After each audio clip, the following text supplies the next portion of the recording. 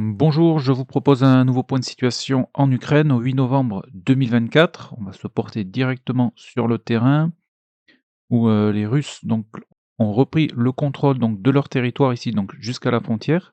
Donc nous sommes sur la partie de Kursk-Glushkovo et le village de Novi Put est repassé sous leur contrôle. Donc, je dézoome pour bien vous montrer. Donc c'est ici où il y avait eu une incursion ukrainienne ces dernières semaines. Un petit peu plus à l'est, aucune modification des zones de contrôle et de la ligne de contact ces dernières 48 heures. À noter qu'à l'est du village de Loknia, donc le village de Loknia était ici, un canon automoteur ukrainien de type Bodana a été détruit par un Lancet dans la journée du 7 novembre. Ici, donc exactement. Et un petit peu plus au nord, dans le secteur de Malaya Loknia, un drone d'attaque, russe a opéré dans ce secteur et il a touché donc 2 blindés ukrainiens ici et ici, avec les images qui sont de faible qualité et également, assez courtes, on ne peut pas, confirmer de destruction ici. Mais les blindés ont bien été touchés par ce drone d'attaque et comme je vous le disais précédemment, je n'ai pas constaté de modification sur, la ligne de front, ni eu de géolocalisation de matériel russe détruit ces dernières 48 heures dans ce secteur. Direction le secteur de Kharkov, donc qui est bien plus au sud, ici à l'ouest du village de Libokié, c'est ce village ici qui est sous contrôle des Russes.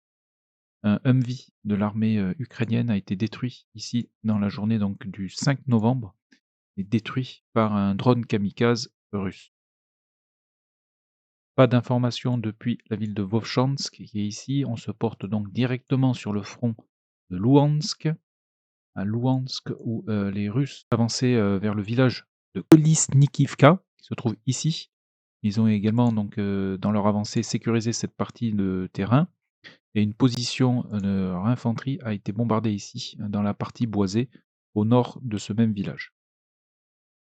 Sur la partie sud, leur infanterie a également avancé et celle-ci a été bombardée ici donc au sud du village de Krouliakivka, bombardement d'une de leurs positions qui a eu lieu dans la journée du 5 novembre. On continue un petit peu plus vers le sud où il y a eu une attaque de plusieurs blindés russes, donc depuis le village de Vichnevie qui est maintenant sous leur contrôle, en direction du sud et plus précisément sur le village de Perchot-Travnevier, je situe ici. Donc cette attaque avec plusieurs blindés a eu lieu donc le 6 novembre et cette attaque leur a donc permis de sécuriser donc le village de Vichnevie ainsi que sa partie sud. On continue et on se rend maintenant directement dans le secteur de Terny. Terny où les combats continuent donc dans la zone grise au nord-est de ce même village. Donc pour rappel, Terny, c'est ici, contrôlé par les Ukrainiens. D'ailleurs, ces derniers ont bombardé une position de l'armée russe ici le 5 novembre et hier dans la journée, les forces aérospatiales russes ont bombardé, la zone proche de la position de leur infanterie, donc qui se situe ici. Donc bombardement avec des FAB, donc qui a eu lieu hier dans la journée. Dans ces combats, un BMP russe ici a été, détruit le 5 novembre. On va maintenant se porter, dans la région de Siversk, donc qui est plus au sud ici, où les Russes ont intensifié leurs attaques, dans le secteur du village de Ivano-Darivka, qui se situe ici. Donc rappelez-vous, dans la dernière vidéo, l'attaque venait du sud. Aussi, l'attaque est venue, du nord, plus précisément du nord-est, avec une attaque blindée le 5 novembre et ensuite, une position de l'infanterie russe ici a été bombardée le 7. Donc si on dézoome un petit peu, on est au sud du village de Verkhnomansky. Donc rappelez-vous, les Russes avaient tenté une attaque sur le nord, qui avait échoué, et cette fois-ci, une attaque, est venue depuis le sud. Et le village de Ivano-Darivka est actuellement disputé. Direction, Chassifiar. Alors sur Chassifiar, la seule progression est à mettre au profit, des Russes ici sur la partie sud. Une vidéo est apparue où ils contrôlent, la tranchée qui est à proximité de ce lac ici. Donc depuis le 4 novembre et sur la partie sud ici, également une vidéo où on voit des éléments d'infanterie russes progresser, sans être attaqués, ni même, inquiétés dans ce secteur.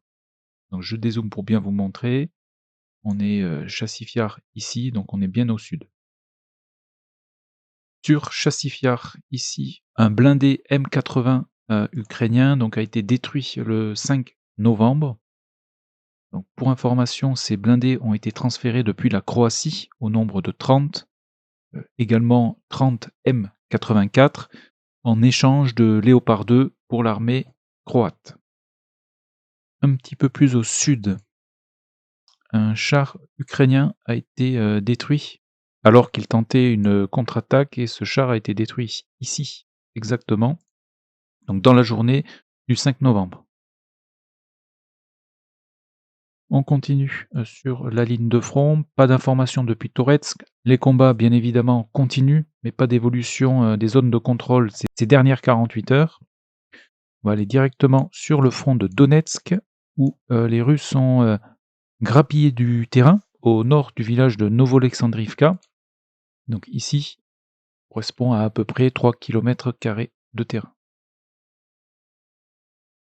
Un petit peu plus à l'ouest et au sud-est de la ville de Pokrovsk, qui se trouve ici, un drone kamikaze russe a détruit un BMP-2 ukrainien ici dans la journée du 7 novembre. Donc on est sur la deuxième ligne de défense ukrainienne du secteur de Pokrovsk. Et au sud de la ville de Novorodivka, qui se situe ici, c'est un T-80 russe cette fois-ci qui a été détruit par un drone kamikaze dans la journée du 6 novembre. Sur la ligne de front, on observe toujours des attaques des Russes.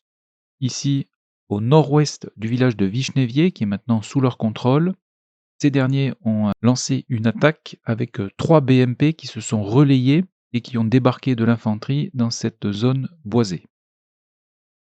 Donc ici, nous sommes actuellement dans la zone grise. On continue. Le village de Novolexivka est passé sous contrôle de l'armée russe. Les positions de leur infanterie ont été bombardées le 7 et dans la même journée, ici, ils ont hissé leur drapeau. On continue. Léger gain de terrain en profit des Russes à l'ouest du village de Kremina Balka. Sur la partie nord-est de Kourakovié, pas d'évolution depuis la dernière vidéo. Seulement le village de Ilinka qui est maintenant disputé.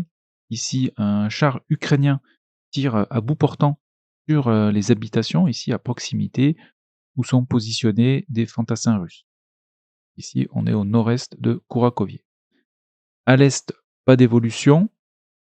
Par contre, au sud-est, les Russes ont lancé ce matin une attaque avec des blindés dans ce secteur. Donc on est plus exactement au sud de la deuxième position fortifiée ukrainienne. Car rappelez-vous, la partie est de la ville est protégée par 2 points fortifiés, un qui se situe ici et un autre qui est ici. Donc les Russes ont lancé des attaques avec plusieurs blindés ici, exactement, qui a eu pour effet d'étendre la zone grise en défaveur de la zone contrôlée par les Ukrainiens. Nous arrivons maintenant sur le front de Donetsk Sud, où dans le village de Antonivka, ici, 5 blindés russes ont fait irruption dans le village dans la journée du 6 novembre, tirant à bout portant sur les habitations, ici, où se trouvent des soldats ukrainiens. Cette attaque a eu pour effet de placer la partie sud-est du village sous le contrôle de l'armée russe. Un petit peu plus au sud et à l'est du village de Katerinivka, ici, c'est un BTR 80 de l'armée russe qui a été détruit ici dans la journée du 4 novembre. Sur la ligne de front, les Russes continuent leur avancée, comme vous pouvez le constater ici, donc avec les zones violées. Une attaque avec plusieurs blindés, une nouvelle fois, a eu lieu dans ce secteur, dans la journée du 6 novembre. On se déplace vers l'ouest, à l'ouest du village de Troudovie, qui est ici et qui est pour l'instant sous contrôle ukrainien. Alors en 48 heures, nous avons eu 2 vidéos. D'abord ici, le 5 novembre, où un BMP débarque de l'infanterie russe dans la bande forestière qui se trouve ici. Et le lendemain, le 6, ici nous avons un BMP qui débarque de l'infanterie et qui engage un combat dans les tranchées avec les soldats ukrainiens. Donc la tranchée qui se situe juste ici. Dans le même temps, un VBL ukrainien arrive depuis le nord. Un échange de tirs a lieu avec le BMP russe, repli du VBL ukrainien, et ensuite la vidéo se termine avec le BMP russe qui est frappé par un drone kamikaze ukrainien. La vidéo est trop courte pour pouvoir confirmer une éventuelle destruction. Donc comme vous pouvez le constater, les Russes insistent toujours, malgré les gains de terrain, ils continuent de lancer leurs attaques avec leurs unités mécanisées. Ils ont d'ailleurs étendu leur zone de contrôle aux alentours du village de Yasna Poliana, ici et également sur la partie ouest. Donc je dézoome pour bien vous montrer qu'on est au nord-est de Velika Novosilka maintenant, et surtout on est au sud de Kourakovié, qui est ici, dont les Russes se rapprochent depuis le sud, comme vous pouvez le constater. Et cette attaque met donc en grande difficulté les garnisons ukrainiennes de Kourakovié et commence à inquiéter la garnison de Velika Novosilka. Puisque quand on dézoome, on voit clairement l'attaque russe au milieu des deux villes stratégiques. Nous avons donc terminé avec le front de Donetsk. On va maintenant aller sur le front de Zaporizhia, où il y a eu une frappe aérienne ukrainienne au nord-est du village de Verbovié. Donc Verbovié, ici, c'est ce village qui est sous contrôle des Russes. Et la frappe aérienne a eu lieu exactement sur le petit village de Pavlivskié, ici. Frappes aériennes qui ont eu lieu le 2 novembre, comme vous pouvez le voir sur la vidéo. On reconnaît clairement ici des MiG-29. Au nord-ouest de Robotiné, donc Robotiné, c'est ici, c'est ce village qui est maintenant depuis un petit moment sous contrôle des Russes. Ces derniers ont avancé avec leur infanterie, et notamment au nord-est de Nesterianka, ici, où une position de leur infanterie a été bombardée le 7 novembre. Ces avancées de l'infanterie russe ont eu pour effet d'augmenter la zone de contrôle ici au profit de l'armée russe. Pour terminer cette vidéo, je vous emmène maintenant en mer Caspienne. Donc je dézoome bien ici. Donc ici on a la mer Noire et à l'est de la mer Noire se trouve la mer Caspienne ici. Et plus précisément dans un port russe ici. Donc c'est le port de Kaspisk, où il y a eu une attaque de drones ukrainiens dans la journée du 6 novembre. Sur les vidéos, on compte 2 drones kamikazes. Un de ces 2 drones s'est écrasé proche d'un navire de guerre qui semble être un navire lance-missile projet 12-411, comme vous pouvez voir sur la vidéo. Et ensuite ont été émergées et publiées en ligne des images satellites. Alors on ne peut pas avoir de confirmation de dégâts sur les navires russes. Par contre, la plupart des navires ne sont plus visibles dans ce même port, donc ils ont peut-être été redéployés ailleurs. Et l'autre information est que ce port est maintenant sous la menace des drones kamikazes ukrainiens.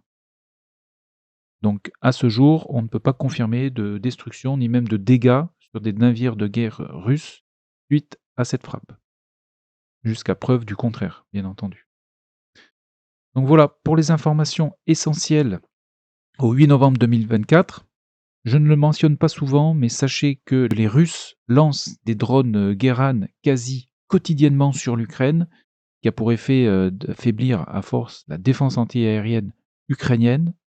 Ces dernières 48 heures, de nouvelles frappes ont eu lieu et des attaques sur les villes de Kiev, Zaporizhia et Odessa. Sur le terrain, ce qui reste l'objectif premier de cette chaîne, les Russes continuent d'avancer sur la ligne de front, et plus particulièrement sur le front de Donetsk Sud, où leur avancée entre Velika Novosilka et Kourakovié commence à menacer ces 2 villes.